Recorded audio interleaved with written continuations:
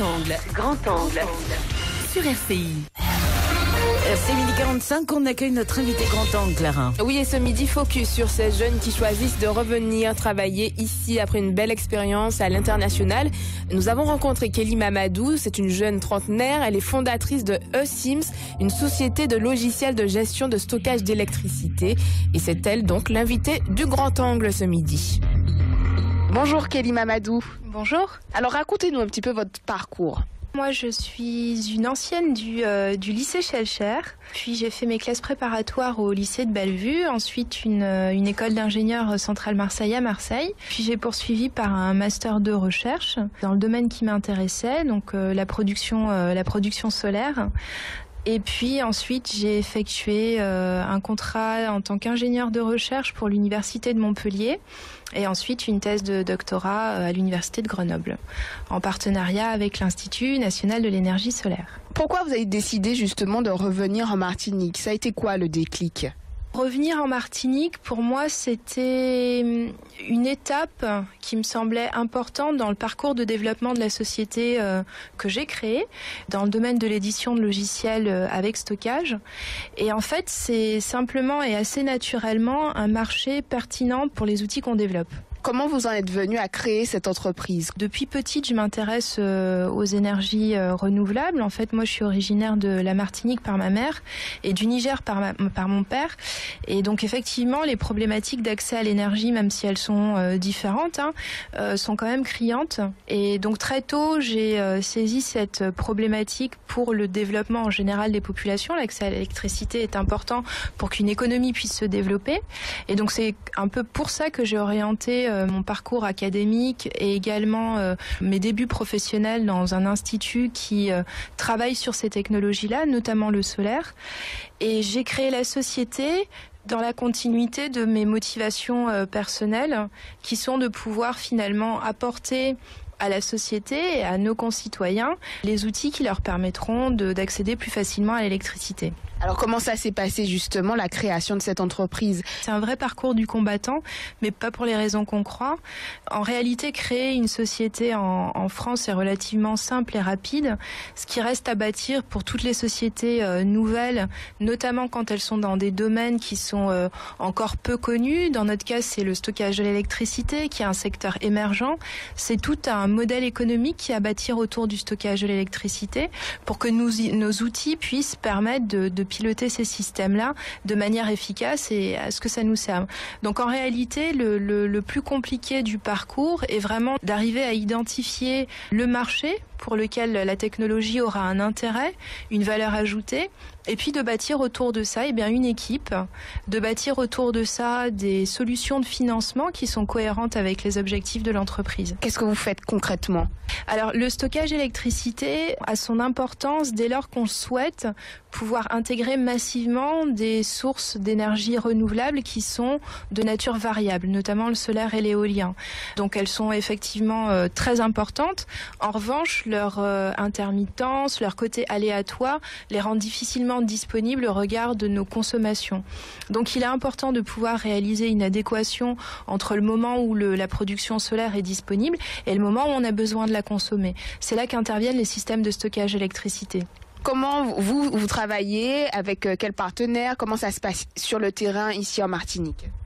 Alors ça se passe à divers niveaux ici en Martinique. Ça se passe d'une part du point de vue évidemment des clients. Alors nous on vise surtout des producteurs d'électricité solaire ou éolien et également les gestionnaires de réseau. Donc aujourd'hui on travaille avec ces deux catégories de clients, notamment avec EDF et la SARA.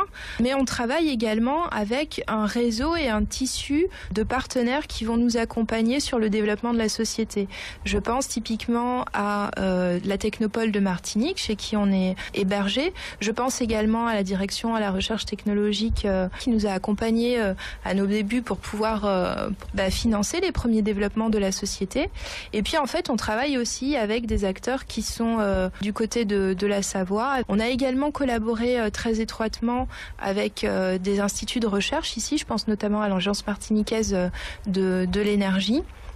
Et en ce moment, on travaille beaucoup avec le syndicat mixte d'électricité. Donc, tout un panel d'acteurs locaux qui sont impliqués à différentes étapes du processus de la production d'électricité vers la distribution chez le consommateur final. Vous êtes aussi une jeune entreprise. Est-ce que ça a été facile justement d'aller vers ces partenaires, de leur expliquer? Est-ce qu'ils ont compris facilement votre travail, votre projet?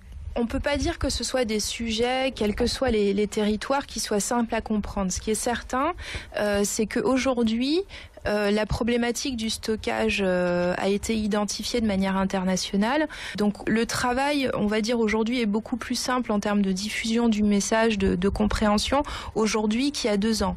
C'est certain.